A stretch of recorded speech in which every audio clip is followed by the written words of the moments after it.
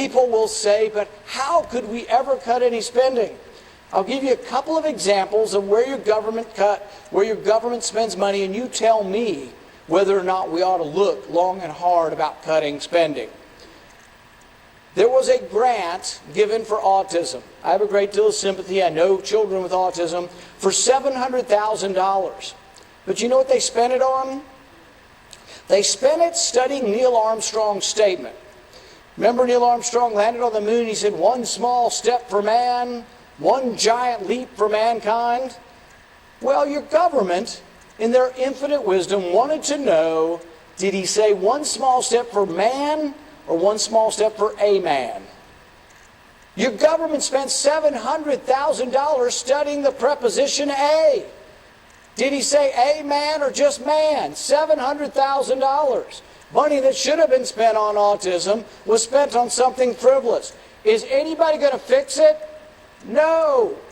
Every year, all of the spending bills are glommed together in a 2,000-page bill and not one iota of reform. You remember Senator Proxmire from the 70s used to have something called the Golden Fleece Award.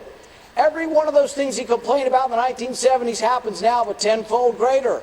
Nobody fixes it. We don't pass individual spending bills. We do continuing resolutions, which means we continue doing the same thing we've done over and over again. $700,000 spent studying Neil Armstrong's statement. You know what their conclusion was? We're not sure. They spent $700,000 and they're still not sure. Did he say a man or one small step for man? We spent $500,000 studying whether or not, when you take a selfie, if you're smiling in the selfie, does it ultimately make you feel better? $500,000. And so what do we do? Do we give these people less money? Teach them a lesson. Give them, and maybe they'll conserve the money. Maybe they'll eliminate waste if they have less money next year than they had this year. Or, what I'm proposing, freeze the spending. Is anybody proposing that? No. We say they spent $500,000 on selfies. Give them more next year. So the Republican budget will increase spending every year. It increases spending at about 5% a year. And they say it's the baseline. And they say we're cutting off the baseline. No, the baseline goes up 5% a year. Spending will increase over the 10-year period. The red line is spending. Part of that's what the Republicans are proposing. They are going to stay on the spending curve. If we stay on the spending curve, they will continue to spend $700,000 studying Neil Armstrong's statement. They will continue to spend $500,000 on selfies. They spent another $500,000 on a climate change game.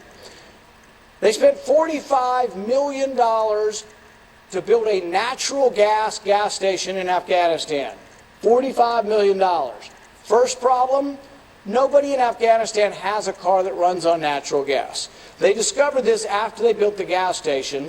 The gas station was 86 times cost overrun. The original estimate was about $500,000 for the gas station, but lo and behold, somehow it cost $45 million. If your government had 86 times cost overrun, would you give them more money or give them less money? I frankly think we should give them less money. If you give them more money, they will not waste it less. They will waste it the same or worse. They should be given less money. Mazar-e-Sharif is a city in northern Afghanistan. We built an $85 million embassy there. We signed a 10-year lease, and then somebody looked at the place and decided that since there were tall buildings surrounding the entire entity, that people would shoot down into the courtyard and kill our diplomats, and they said this building can never be occupied. After they spent $85 million, after